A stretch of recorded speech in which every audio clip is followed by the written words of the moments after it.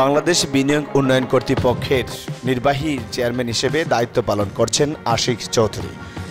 কর্মদক্ষতা, উপস্থাপনা শৈলী ও যোগ্যতার প্রমাণ দিয়ে যিনি ইতিমধ্যে মানুষের মন জয় করেছেন। বুধবার ৯ এপ্রিল বিনিয়োগ সম্মেলনের উদ্বোধনী অনুষ্ঠানে তিনি একটি প্রেজেন্টেশন দিয়েছেন। তথ্যবহুল ও সাবলীল ভাষায় দেশের সম্ভাবনাময়ী খাতগুলো তুলে ধরার সেই ভিডিও ইতিমধ্যে সোশ্যাল মিডিয়ায় ভাইরাল হয়েছে। প্রেজেন্টেশন সেই ভিডিও শেয়ার করে সোশ্যাল মিডিয়ার মাধ্যমে অনেকেই বলছেন এই মেধাবী তরুণরা এতদিন দেশে আসতে ভয় পেতেন, কিন্তু ৫ আগস্ট স্বৈরাচার শেখ হাসিনার পতনের পর মেধাবীরা দেশে আসতে আগ্রহী প্রকাশ করছেন। তারই উপকৃষ্ট উদাহরণ হচ্ছে এই আশিক চৌধুরী, যিনি বিলাসবহুল জীবন ছেড়ে দেশের প্রয়োজনে নিজেকে নানানভাবে উপস্থাপন করছেন। লেখক গাজী মিজানুর রহমান তার ফেসবুক পোস্টে লিখেছেন, কিছু লোক দেশপ্রেমের চেতনার কথা বলে মুখে ফেনা তুলে ভালো থাকার জন্য দেশের টাকা সিঙ্গাপুরে পাচার করে বিলিয়নের হয়, আর জনাব আশিক চৌধুরীর মতো কিছু লোক নিজ মাতৃভূমির ভালোবাসার টানে সিঙ্গাপুরের আয়েশি জীবন ছেড়ে বাংলাদেশের মানুষের জন্য ছুটে এসেছেন দেশে। এখানে চেতনার ফেনা তোলা আর প্রকৃত দেশপ্রেমিকদের মধ্যে মূল পার্থক্য। এভাবেই অনেকেই আশিক চৌধুরীর প্রশংসা করে ফেসবুকে স্ট্যাটাস দিচ্ছেন। আর যতই দিন যাচ্ছে ততই আশিক চৌধুরী এতদিন কোথায় ছিলেন, কি করতেন, এমন প্রশ্ন এখন সর্বত্র।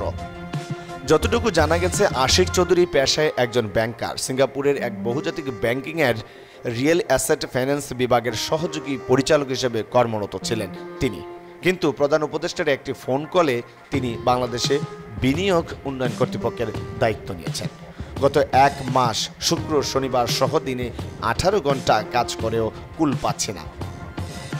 প্রায় ২৫০ সিইও ব্যবসায়ীদের সঙ্গে কথা বলে বোঝার চেষ্টা করছি তাদের সমস্যাগুলো কোথায় আর কি করে তার সমাধান করতে পারে, নতুন ইনভেস্টমেন্ট কিভাবে আনতে পারে। চেষ্টা চলছে, ফেল করা যাবে না।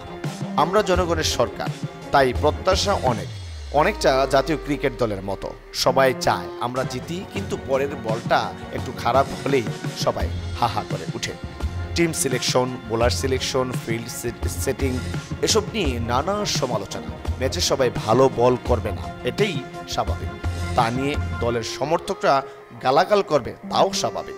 দলটা তো আমাদের। কয়েকদিন আগেও এসব করাটা ছিল কবিরা গুনার মতো।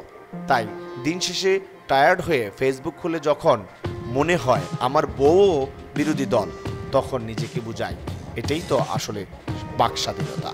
হোক না সমালোচনা, আমরা ভুল করব, তারপর শুধরাবো।